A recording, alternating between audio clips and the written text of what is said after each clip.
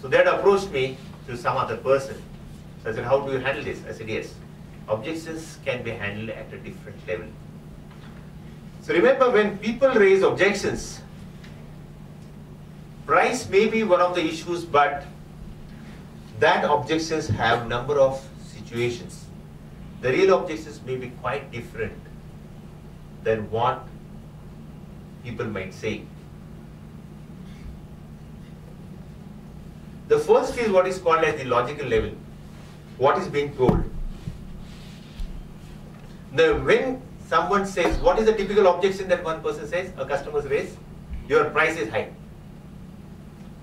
What is the implication of that statement when the customer says, your price is high? He's still not able to value. I am not convinced about the value. Does it mean that the customer is not able to afford? No. If that was the thing, if the price was to be the only criterion, then there would not have never been a segments like say Zen or Indica or Toyota or Mercedes and all these things, isn't it? So when people say that, as you rightly said, I'm not able to perceive the value, there are objections which can be at a behavioral level. That means things which I can do, but I do not want to do. Things which I can afford, but still I would not like to.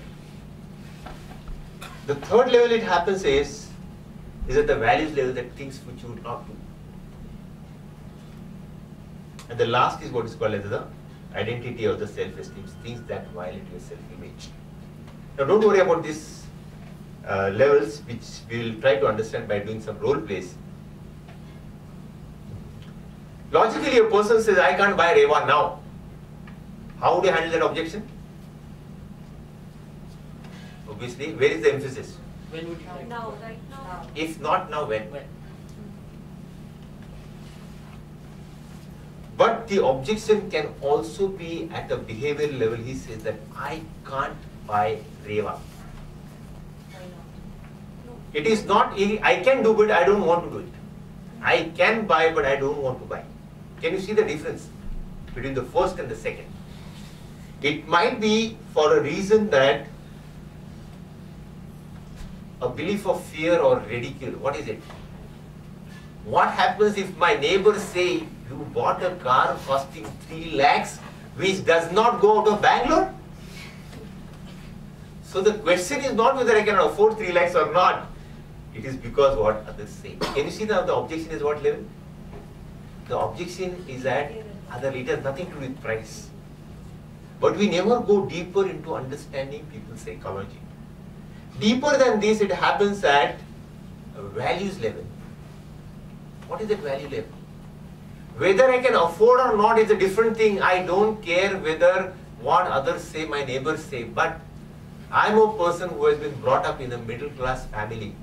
My father is a teacher, and I always value these principles like simplicity and middle class ethos. And come what may, a car costing 3 lakhs, which has no other features, I think it doesn't fit into myself. Can you see the objection now?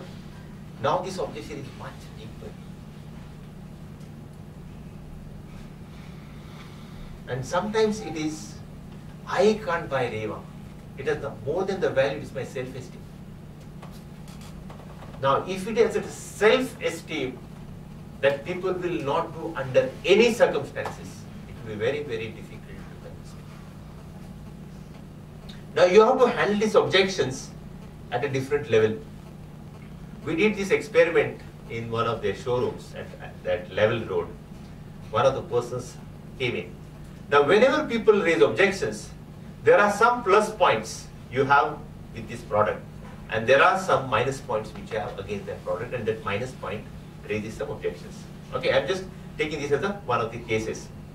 So we asked him, what would motivate you to go for Reva? Then he said something. He said price was the main issue. The next question was to understand what was his negative value. So like that we went on asking him what is that plus and what is that minus. What is that motivates him and what that demotivates him.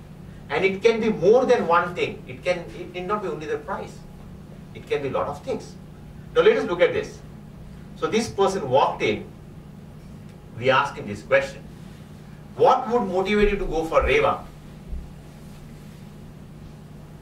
This person says creativity and fun. So just to understand his belief system, the hierarchy, the question was asked, what would stop you buying Reva in spite of creativity and fun? Now what would you say for that? Even though I get creativity, I have to go fun, it's a very simple vehicle, you can, a small turning radius, it doesn't care pollution and all that stuff. What does he say? I should not be perceived as irresponsible. Can you see? So just for he is not going to buy for fun. He says that I value others' opinion about me more than what I see about myself. So if that is more important, I still will not buy, even though it's a cute car. So then we said, even though irresponsible, would you still go for Reva? It looks a little funny, right? So this person says, it is unique. His logic was very simple. See, whether you go into Honda City or whether Hyundai Accent, from a distance all these cars look similar.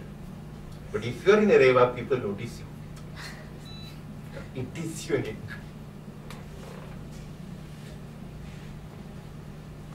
So one last question which was asked was, even if it is unique, what can still stop you from buying? And do you know what he said? He said, if it's not safe.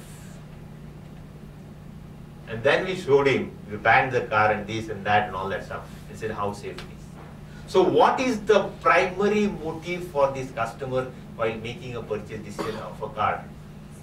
It is what? It is not the price. It is not creativity. It is not ego satisfaction. It is what? It is the safety. Now what you should be answering now? The safety issue. So beyond price, there are lots and lots of such issues. Can you identify them? This just I am taking a more of a fictitious example. There was one more what is called as counter examples. What would motivate you to go for Reva? The customer said, if it is cheap. At this juncture, what would you do? You get stuck, isn't it? You know that it's not cheap. So the next question was this. Now watch this very carefully. How does this look? Counter question. In fact, now you are converting a problem into an opportunity. That you are saying, yes, it is not cheap, but is there anything still which can motivate you to go for it?